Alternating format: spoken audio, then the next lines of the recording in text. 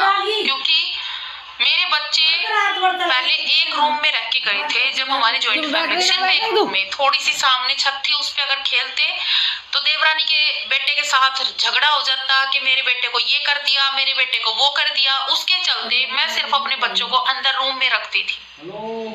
अगर वो अपने रूम में है उसका बेटा तो मैं बाहर खेलने देती थी, अदरवाइज मैं बच्चों को, वो भी अपने को अलग रखती थी। मैं इसलिए अलग रखती थी कि अगर उसको वो खेलते खेलते जरा सी भी चोट लग जाए, वो सारा ब्लेम मेरे बच्चों पर डाल देती थी कि इन्होंने ये कर दिया, इन्होंने धक्का मार दिया, इसने नाखून से काट लिया। तो इसके चलते मुझे मेरे बच्चों ने बहुत कुछ झेला था वहां पे। उनको जब मैंने ये घर बना के दिया मेरे बच्चों को, मेरे बच्चे बहुत खुश थे। उनको खेलने कूदने की, घूमने फिरने का अच्छा स्पेस मिल गया था। मेरे बच्चे बहुत खुश थे उस घर में। तो अब जब मेरे बच्चों को मैंने ये बताया कि ऐसे ऐसे वो लोग उस घर में, अब मैं ज्यादा तो नहीं बता सकती, मैंने इतना तो जरूर बताया कि वो लोग उस घर में जाके रह रही है। मेरी बेटी सब समझती है। मैंने बताया है कि किस तरह से मैं वहां पे जाती थी, तोड़फोड़ की, मैंने घर बनाया। उस दौरान मेरी बेटी को मैंने अपने मायके तक भी छोड़ा, अपने से दूर इसीलिए किया था कि मैं अपने बच्चों के लिए सर पर छत कर लूं। मेरी बेटी समझती है। मैंने ये भी बताया है कि एक टाइम था जब तेरे चाचा चाची ने एग्रीमेंट तक बनवा लिया था कि इस घर से इतनी तारीख को तुम लोग यहाँ से निकल जाओगे। बंटवारा भी ऐसा मांगा था कि तुम्हारी और तुम्हारे बच्चों की शक्ल भी नहीं देखनी। हो गए मकसद में कामयाब। अब भुगतो। जब मैंने बोला कि उस घर में मत जाना, इज्जत से बढ़ के प्रॉपर्टी नहीं है और तेरे हस्बैंड के लिए होगी, पर तू तो सोच सकती थी ये बात। जब मैंने तेरे को इतना वार्न कर दिया कि तेरी इज्जत तक नीलामी कर देगा वो बंदा, तेरे ऊपर उसकी गलत नजर शुरू दिन से है, वहां मत जाना। अब जो किया है वो भुगत।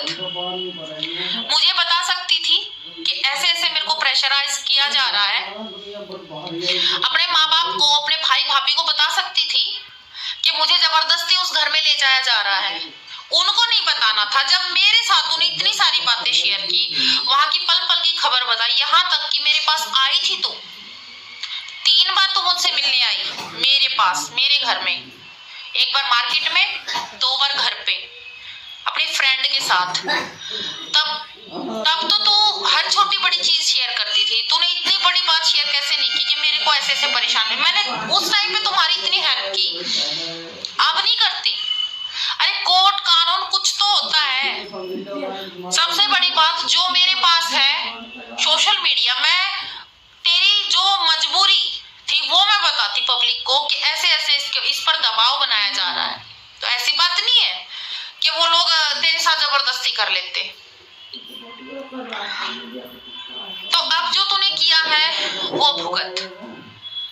अगर तू मुझसे एक बार ये बता देती ना कि ये बात है, मुझे मजबूरन वहां जाना पड़ेगा, तो भी मैं तेरी हेल्प करती। मुझे कोई दिक्कत नहीं, उस घर में आराम से रह, कोई दिक्कत नहीं, मुझे तो वहां जाना नहीं है।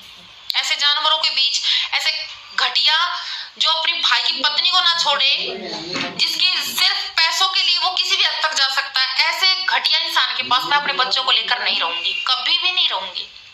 तो जब मुझे वहां जाना ही नहीं है तो मुझे उस चीज से कोई फर्क पड़ने वाला नहीं था। फर्क मुझे इस चीज से पड़ा है कि क्या पैसा, प्रॉपर्टी सब कुछ होता है।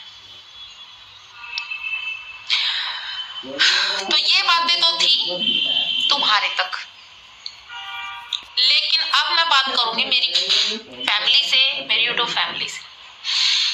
तो देखिए, आप लोग मुझे बताइए, मेरी यूट्यूब फैमिली, क्या वो इंसान शादी के लायक था जिसके साथ कहते हैं ना कि अब क्या हो गया, अब क्या हो गया। मैंने बहुत झेला उस आदमी को, मैंने बहुत झेला है।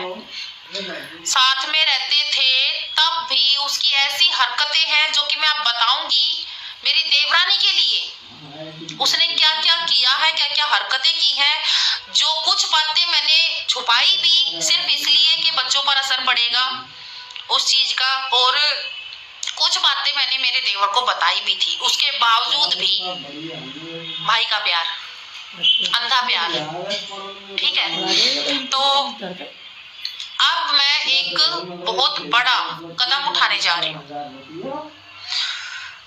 मैं नहीं चाहती थी, लेकिन अब मुझे ये कदम उठाना पड़ेगा।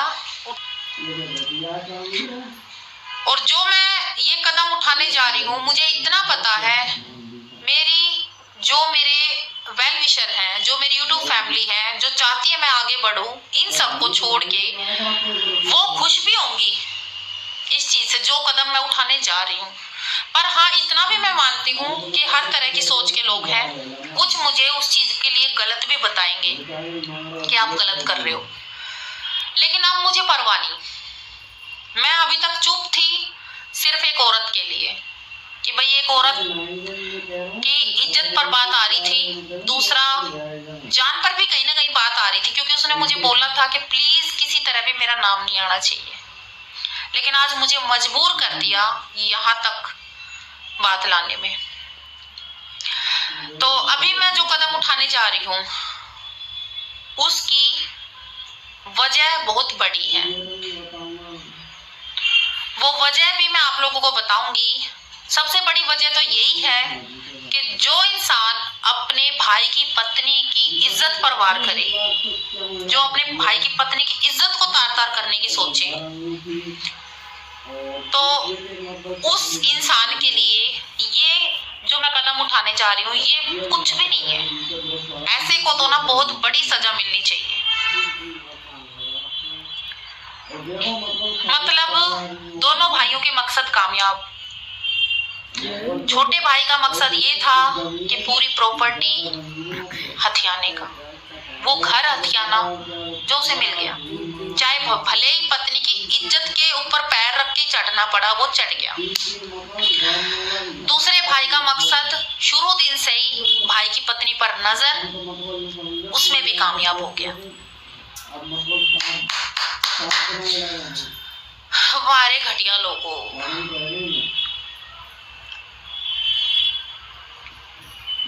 उस घर में 2 लेडीज और भी हैं, मेरी सास और मेरी ननद। वो इस चीज में क्यों नहीं बोल रही, वो भी बताऊंगी। क्योंकि जैसी माँ, जैसा बाप, जैसी बहन, वैसे ये दोनों भाई। तो बात तो इनकी भी है। क्यों कहते हैं ना कि जिस गंदगी में वो रोज खेलती हैं, वो तो उनको गंदगी नजर आएगी नहीं। वैसे भी मेरी सास के कुछ वर्ड हैं जो उसने बोले हैं मेरी देवरानी को, मेरे देवर ने भी और सास ने भी, वो भी बताऊंगी। लेकिन आज की वीडियो बहुत ज्यादा बड़ी हो जाएगी।